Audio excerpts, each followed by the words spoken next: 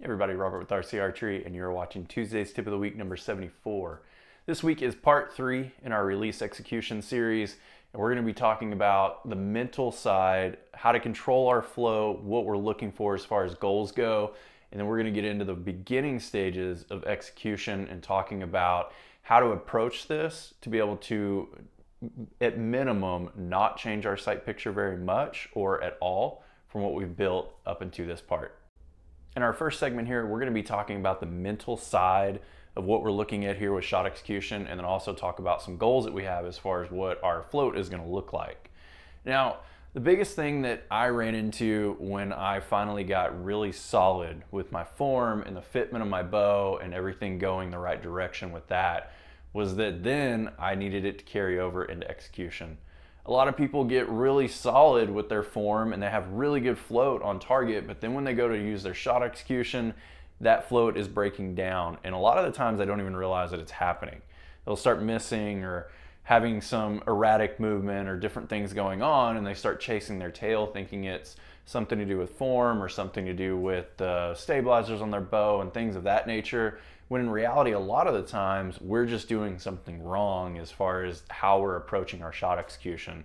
So when we're looking at this from a mental standpoint, our goal here is to be able to accept and be okay with the float that we have on target and not try to control our shot and not try to time or make something, force something to happen rather.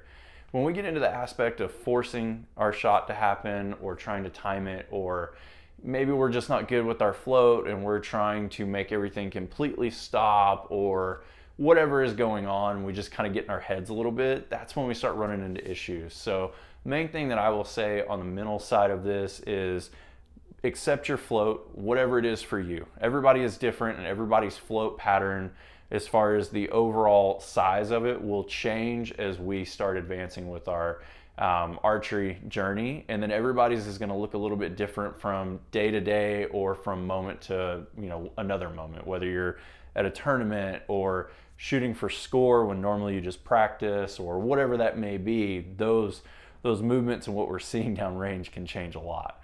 So the second part of this is learning to be able to subconsciously tie everything together.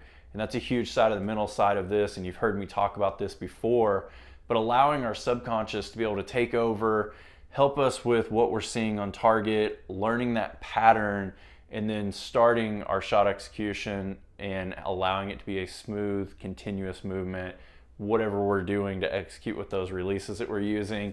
Not getting in the way of that and just letting things happen. That's going to be the big thing here. And then the other thing is, let's talk about our goals with our float. So for me, my goal with my float during shot execution is to not change what I built up as much as possible. So if I can have a really good day of shooting, my float will look the exact same during shot execution as it would if I was just holding on a target, watching my float, reading what's happening. Nothing happens. Nothing happens that's different from one moment to the next. There is times where this isn't possible, obviously, and you are going to see some differences in movement. But the main thing is to understand that we need to incorporate what we're doing with the release in order to not affect what we're seeing with our float. And that for me means smaller movements in it, incorporated them into a slower, steadier pathway. So whether you're pulling through your shot, whether you're manipulating the release, whether you're slowly squeezing a trigger, whatever that may be for you, then we're doing a slow and steady movement of that to not be really quick and try to make something happen or time something, and allow our float to just happen and stay on target and not create too many issues and problems that way. Segment 2 today, we're going to talk about release usage to execute our shots. And the one thing that I've learned over time is that you need to be comfortable with multiple different ways to fire your release. You are going to, essentially have one way, maybe two ways that you have that you can use at a really high level that you're most comfortable with and that work best for you. But you need to be able to try multiple different ways understand the pluses and minuses of each style, and then be able to use those on certain days or certain situations where one may work better than the other. So for example, if you're in a pressure situation or you're nervous or something is going on, maybe adding pressure into a release with our pull or with fingers when you're curling through a release, or depressing a trigger or something of that nature, depending on how you're using that release like that, that may not work for you. Your body may start anticipating that you're inducing something to make the shot happen.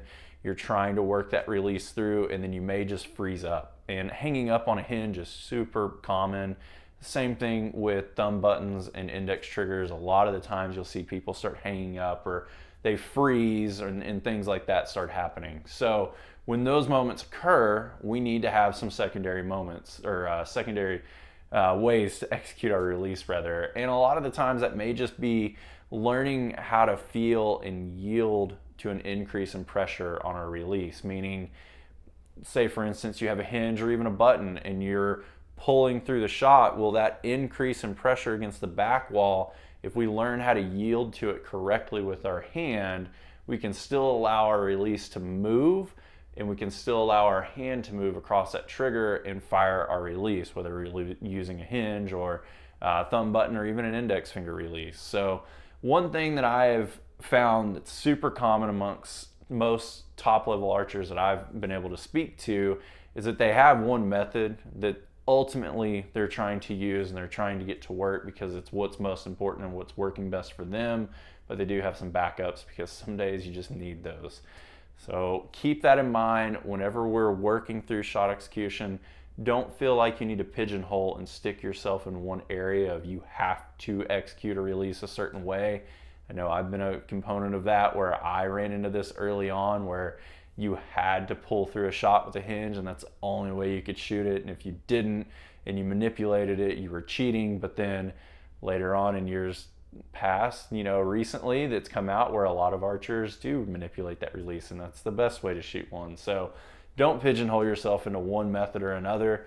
Find what is going to work best for you, and then find what works best for you in a pressure situation, or have a backup when you need something to switch around from day to day. All right, in next week's video, we're going to close out the shot execution series. I'm going to take down multiple different releases that I have, and I'm going to show you some different ways to be able to use each of those releases as far as setting them up, using them in multiple different fashions to give you some options, some pluses and minuses that I found with each of those styles, and hopefully allow you to use that with the video today to learn what we need to do as far as blending it all together. Members only video today, we're actually going to be going over two different styles that I see very commonly used and that I use myself as far as activating our releases and build on this video that we've talked about. If you're not a member already and you're interested in that and want to check that out, there is a link down in the description of this video.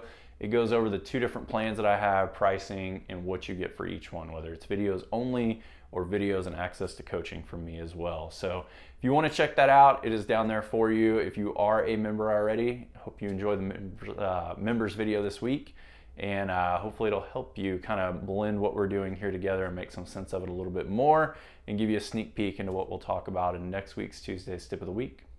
Thank you guys, appreciate it. I'll see you soon.